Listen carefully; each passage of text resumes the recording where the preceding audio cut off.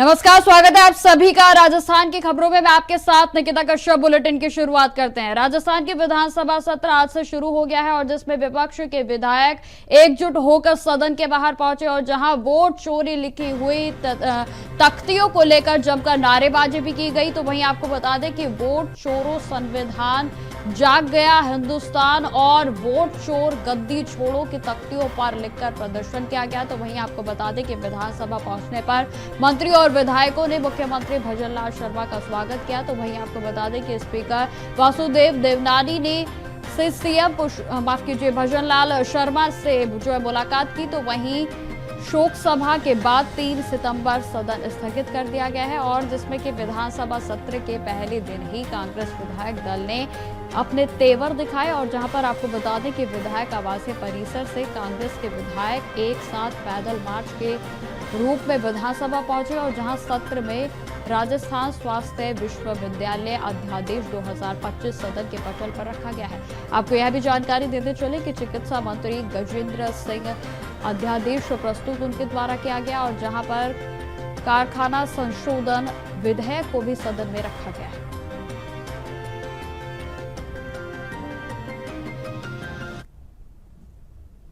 खबरों में आगे बढ़ते हैं। राजस्थान की सरकार विधानसभा सत्र में राजस्थान विधि के विरुद्ध धर्म संपरिवर्तन प्रतिरोध विधेयक 2025 का एक और अधिक कड़ा संस्करण पेश करने जा रही है। आपको बता दें कि इसका मुख्य उद्देश्य बलपूर्वक धोखाधड़ी या कपटपूर्ण तरीके से किए जाने वाले अवैध धर्मांतरण पर रोक लगाना है। तो वहीं विधि मंत्री जोगाराम पटेल ने यह जानकारी दी कि राज्य में अभी तक अवैध धर्मांतरण से निपटने के लिए कोई भी विशेष कानून नहीं था और यही कारण है कि नया मसौदा तैयार किया गया है। की सभी मर्यादाओं को न केवल तोड़ा है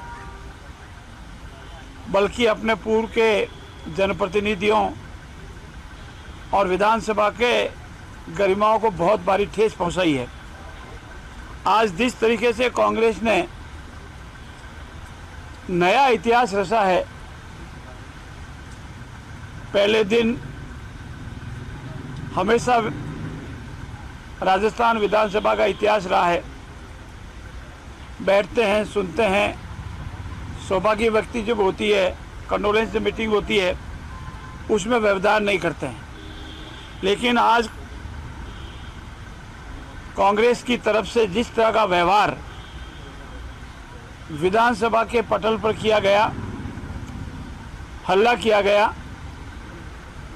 पोस्टर लटकाए गए, दिखाए गए, टी-शर्ट पहनी गई और जब सदन का प्रतिपक्ष का नेता जो हमारे सबके नेता होते हैं वो भी इस आचरण में शामिल हो जावे तो गरिमाएं तार तार करने के लिए इंडियन नेशनल कांग्रेस को राजस्थान विधानसभा के सभी माननीय सदस्यगण और 8 करोड़ की जनता कभी माफ नहीं करेगी।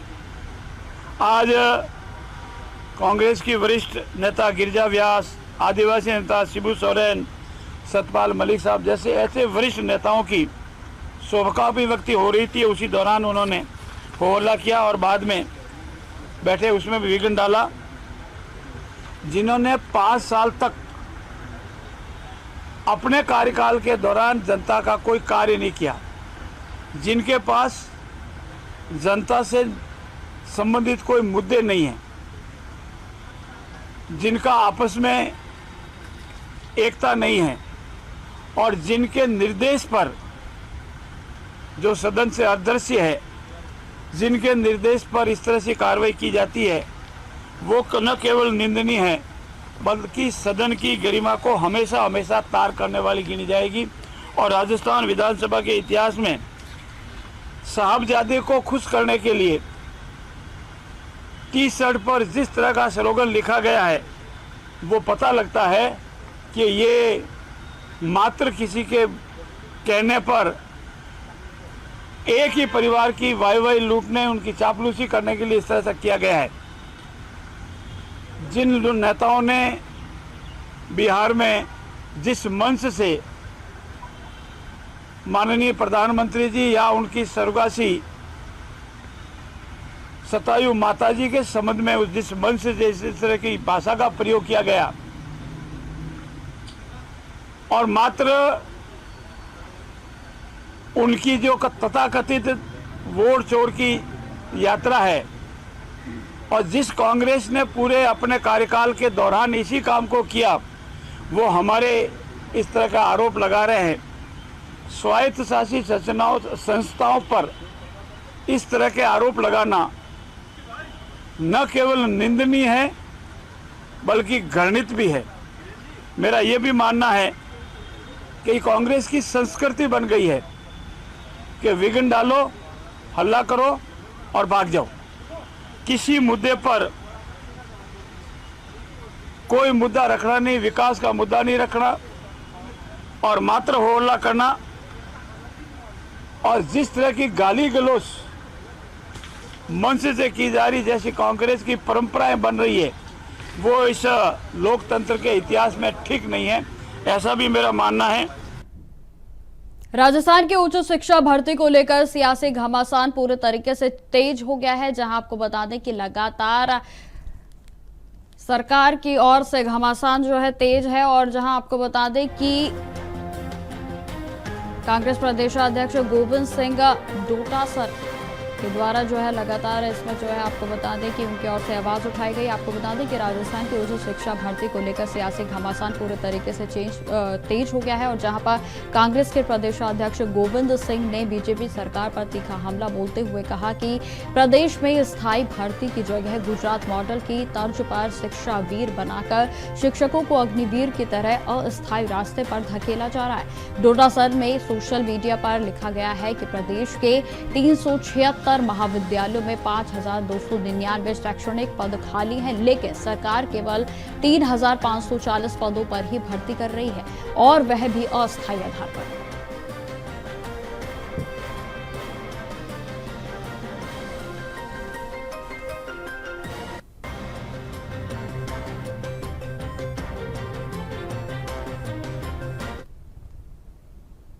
खबरों में आगे बढ़ते हैं। SCO शिखर सम्मेलन में प्रधानमंत्री नरेंद्र मोदी के द्वारा आतंकवाद के खिलाफ कड़ा संदेश दिया गया है। आपको बता दें कि राजस्थान सरकार के मंत्री राज्यवर्धन सिंह राठौर ने कहा कि भारत का आतंकवाद के खिलाफ हमेशा से एक ही रुख रहा है। उन्होंने यह भी कहा कि हम आतंकवाद के किसी भी रूप को स्वीकार नहीं करेंगे और आतंकवाद इंसानियत के खिलाफ है। भारत का आतंक पर, टेररिज्म पर स्टैंड हमेशा से एक ही रहा है कि हम किसी भी आतंकी फॉर्म को स्वीकार नहीं करते, चाहे देश में हो चाहे किसी दूसरे देश में हो। आतंक सबके लिए इंसानियत के खिलाफ है और चाहे यूनाइटेड नेशन हो चाहे कोई और बैठक हो, प्रधानमंत्री मोदी जी ने, हमारे एक्सटर्नल अफेयर डिपार्टमेंट ने हमेशा आतंक के खिलाफ सभी देशों को एक होने को कहा है और अनेक देश आज हमारे साथ आ रहे हैं। खबरों में आगे बढ़ते हैं। कांग्रेस के नेता सचिन पायलट ने कहा कि आज राहुल गांधी पटना में वोट चोरी के खिलाफ एक विशाल यात्रा का नेतृत्व कर रहे हैं। उन्होंने यह भी कहा कि हम सभी जनता के साथ खड़े हैं, जनता नहीं चाहती है कि उनके अधिकार छीने जाए। तो वहीं आपको बता दें कि पूरे देश और इंडिया गठबंधन के लोग राहुल गांधी के नेतृत्व में वोट चोरी के जरिए लोकतांत्रिक व्यवस्था पर हमले के खिलाफ एकजुट होकर विरोध कर रहे हैं और हम इसे बर्दाश्त नहीं करेंगे।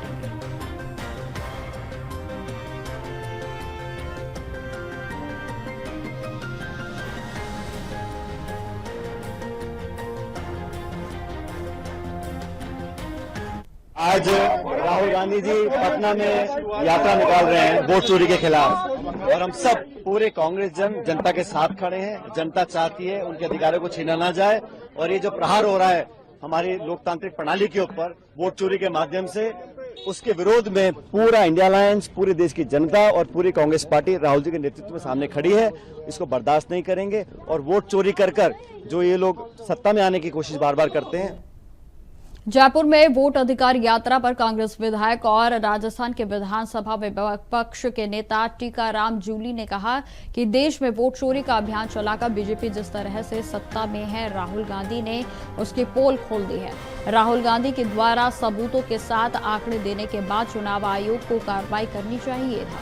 थी। तो वहीं आपको बता दें कि उन्होंने यह भी कहा कि चुनाव आयोग बीजेपी के एजेंडे की तरह काम कर रही है और जहां पर बिहार पे राहुल गांधी को जिस तरह से जन समर्थन मिला है, इन लोगों ने 65 लाख वोट काटने का काम किया था, इसलिए आज देश जाग गया है।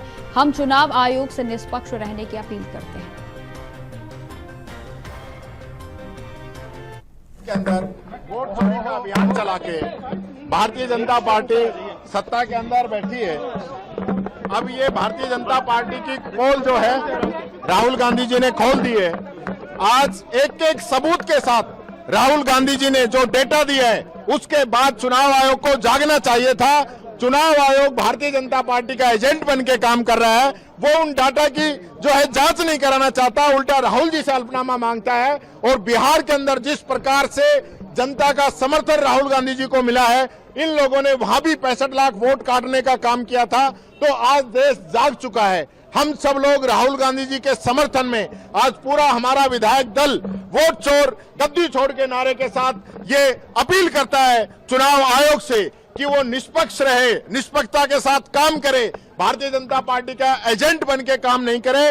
और जो वोट चोरी हुई है वो सिर्फ हरियाणा, महाराष्ट्र, कर्नाटक या बिहार के अंदर SIR के अंदर जो नाम काटे उससे नहीं हुई है, राजस्थान के अंदर भी हुई है। हमारी जयपुर ग्रामीण की सीट हो, चाहे हमारी अलवर की सीट हो, कोटा की सीट हो, ये सारी सीटें विधानसभाओं में भी कई जगह इन लोगों ने वोट चोरी की है। खबरें लगातार जारी रहेंगी। फिलहाल रुकते छोटे से ब्रेक के लिए।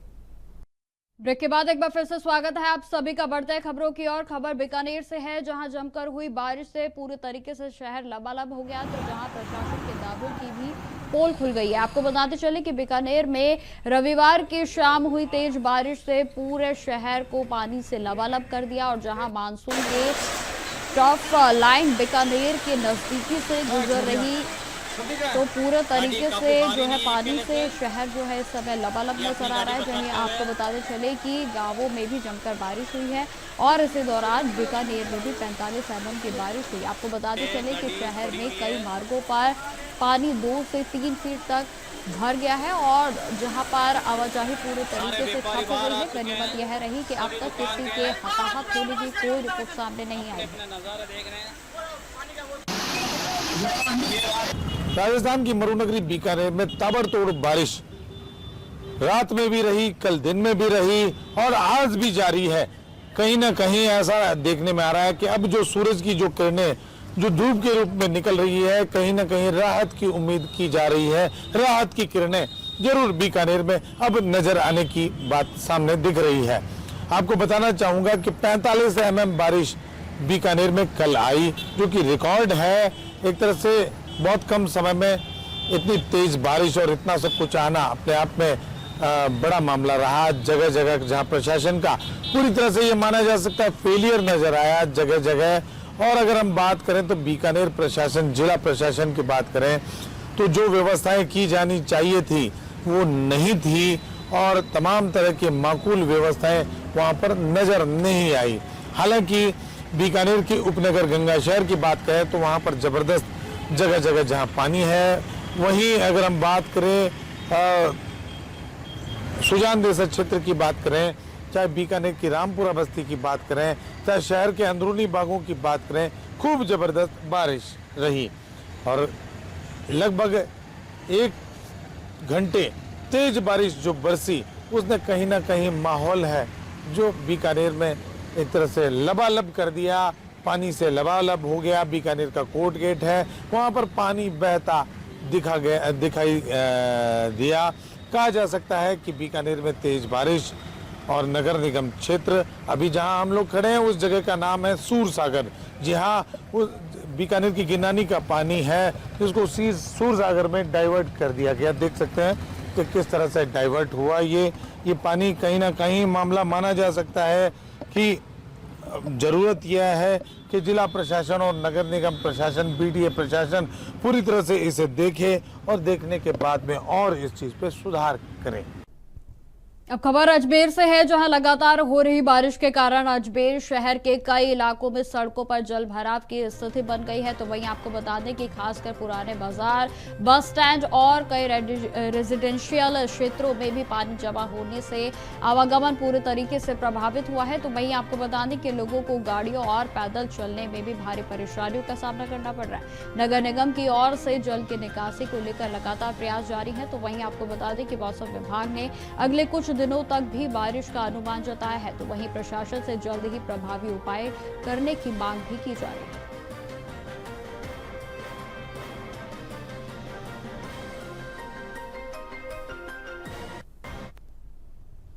खबरों में आगे बढ़ते हैं। नवनिर्मित श्री परशुराम ज्ञान पीठ centre for excellence and research का लोकार्पण 6 सितंबर को निर्जा मोदी स्कूल ग्राउंड में आयोजित होगा। और आपको बता दें कि इसी क्रम में रविवार को जोन डी के जो प्रदेशाध्यक्ष हैं हेमंत शर्मा के नेतृत्व में डी शहर के एक निजी फार्म हाउस पर बैठक भी आयोजित की गई। तो वहीं आपको बताते चले कि हेमंत शर्मा ने बताया है कि इस अवसर पर देश और प्रदेश से हजारों की संख्या में विश्व हिंदू परिषद के बंधु और विशिष्ट जन उपस्थित रहेंगे।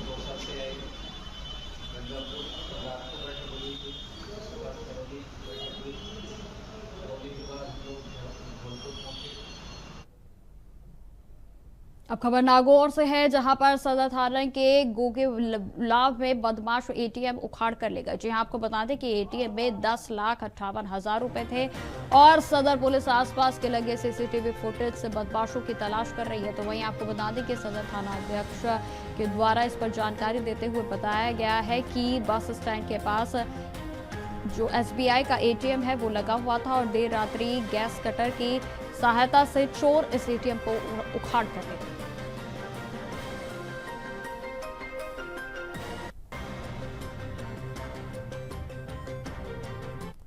अब खबर नागौर से है, जहां पर प्रधानमंत्री नरेंद्र मोदी पर राहुल गांधी की अभद्र टिप्पणी को लेकर राजनीतिक घमासान मच गया है। आपको बता दें कि बीजेपी युवा मोर्चा और महिला मोर्चा ने नागौर के जिला कांग्रेस कार्यालय के बाहर जोरदार प्रदर्शन किया। तो वहीं जिला अध्यक्ष रामनिवास के नेतृत्व में बीजेपी के कार्यकर्ताओं ने राहुल गांधी के खिलाफ जमकर नारेबाजी की और उनसे देश की जनता से माफी मांगने की भी मांग की गई। तो वहीं आपको बता दें कि प्रदर्शन के दौरान बीजेपी के कार्यकर्ता कांग्रेस कार्यालय की ओर बढ़े और जिससे कि पुलिस और प्रदर्शनकारियों के बीच हल्की नोकझोंक भी हुई।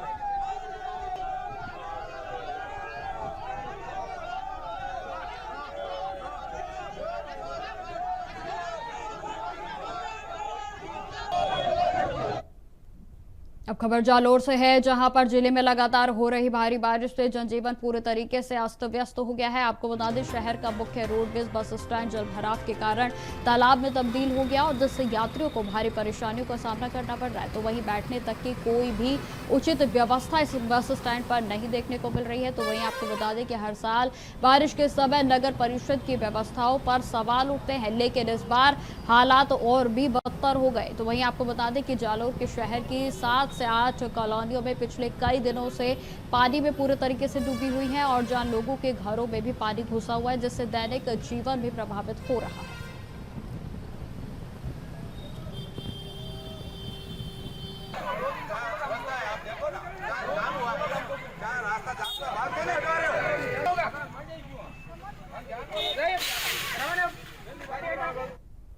अब खबर कोटा से है, जहां नॉनवेज विवाद मामले में 5 लोगों को गिरफ्तार कर लिया गया है। आपको बताते चले कि रेस्टोरेंट में एक युवक पर हमले का मामला सामने आया था और जिसमें 5 लोगों पर प्रशासन ने 5-5 हजार रुपए के इनाम की घोषणा की थी। तो वहीं बताते चले कि प्रशासन ने 5 आरोपियों को गिरफ्तार कर जेल भेज दिया है।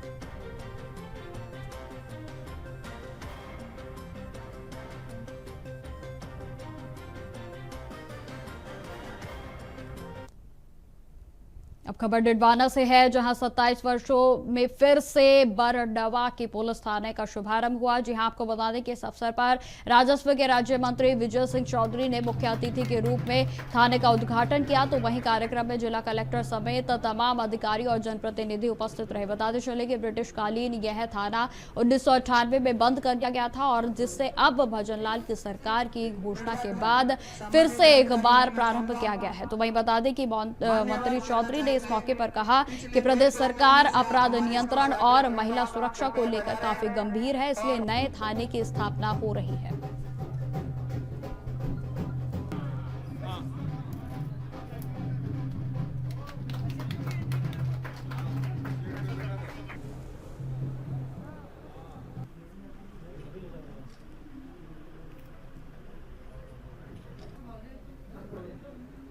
बरडवा थाने का शुभारंभ हुआ है और 27 साल पहले मौलासर के अंदर इसको स्थानांतरित कर दिया गया था।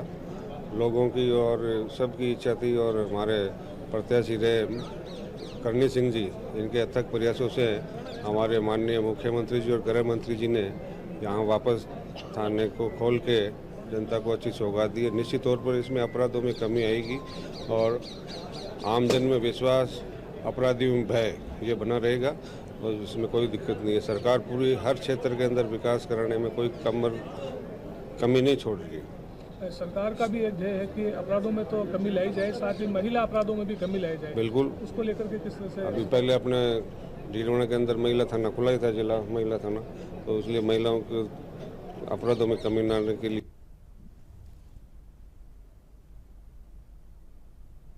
अब खबर नसीराबाद से है, जहां पर अर्जुनपुरा खालसा गांव में रविवार को बड़ा हादसा होने से टल गया। आपको बताते चले कि पुराने टायरों का निस्तारण करने वाली फैक्ट्री में अचानक से भीषण आग लग गई। तो वहीं आग इतनी तेजी से फैली कि फैक्ट्री परिसर में आग लग गई। तो फिलहाल इस बुलेटिन में इतना ही। देश दुनिया की तमाम खबरों की जानकारी के लिए बने रहे हमारे साथ। नमस्कार।